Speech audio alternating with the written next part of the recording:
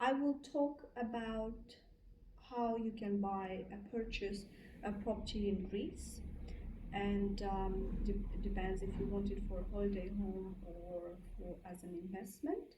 So I will give you step by step what exactly you need to have in order to be able to purchase real estate in Greece. So step number one, you need to have a code, a personal code, which is called AFMI. In England, it's called National Insurance Number. So AFMI is a personal tax code which is linked to TaxisNet, which is a governmental platform. And that's a code that is your personal tax code that is helping you to work in Greece, for example, or purchase real estate. So this particular code will also give you a online login account where everything it will be linked to your taxes and tax returns in the future. So AFMI is step number one. Step number two is for you to find a lawyer and a notary. That's not necessarily to have it straight away, but you will need that in the future because they will need to do the paperwork for you. Step number three is to find your desirable property. And so you have to find it. You can find it online on different platforms. There are specialized platforms in Greece like Χρυσή or Spitogatos and some other new ones. Or real estate agencies, big real estate agencies that are specialized in this particular field, in case you're okay to pay an agency fee. And after you find the property, obviously you go and see it and you check it out, see if you like it, the area, the place, the design, and everything.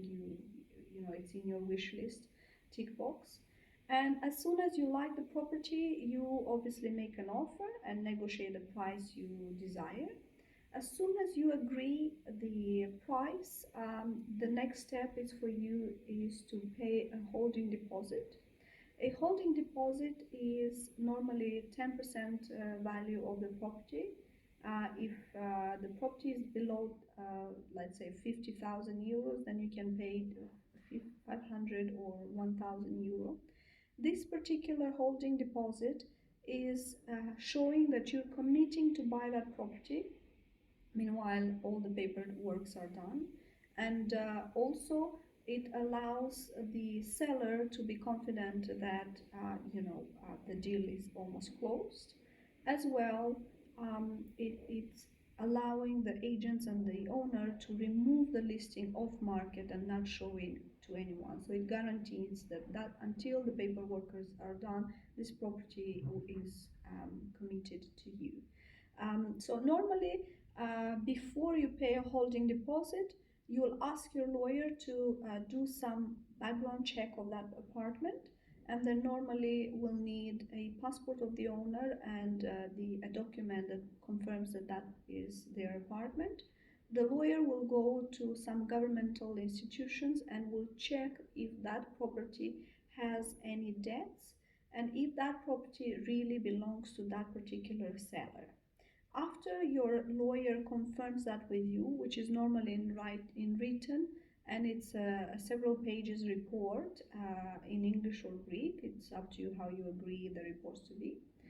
You can pay a holding deposit. The holding deposit, it can be paid at the estate agency, a lawyer or a notary, and it's sometimes the estate agency holds it as a third party until the deal is done, or sometimes you just send it straight away to the seller's account. And so as soon as you pay the holding deposit, they are obliged to remove the property off market and start the paperwork. So your notary, so normally you have to have a notary. Most of the time your lawyer might recommend you one and they will work together.